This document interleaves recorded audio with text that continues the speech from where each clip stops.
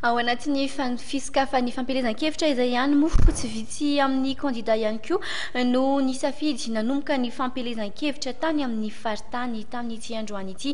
Anisan'izany moa ny kandidà larana fahavalo Brigitte Rabemanantsoa izay tany Tomasina, ny kandidà larana fahadimy-roapolo Lainiriky Jean izay nanomboka ny fampielezan-kevitra tany Toliara kosa. Fa tamin'ny alalan'ny diabe kosa no nisantara ny kandidà ny malagasy tonga saina na ny MTS ny fampielezan-kevitra androany izay niainga teo Ankadivato foi be ny antoko MTS izany.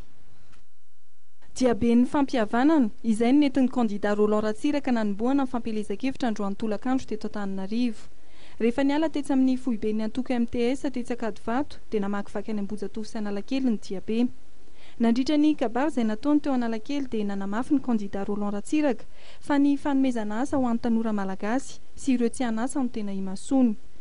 Tsy tokony hisy intsony araka ny nambarany ny fampiasana vola entina hividianana ny vahoaka sy ny mpifidy malagasy. No amafisany nandritra ny kabary nataony ihany koa ny programany izay entina hanovanan'i Madagasikara ao anatin'ny 100 andro hitondrany raha toa ka lany ny tenany.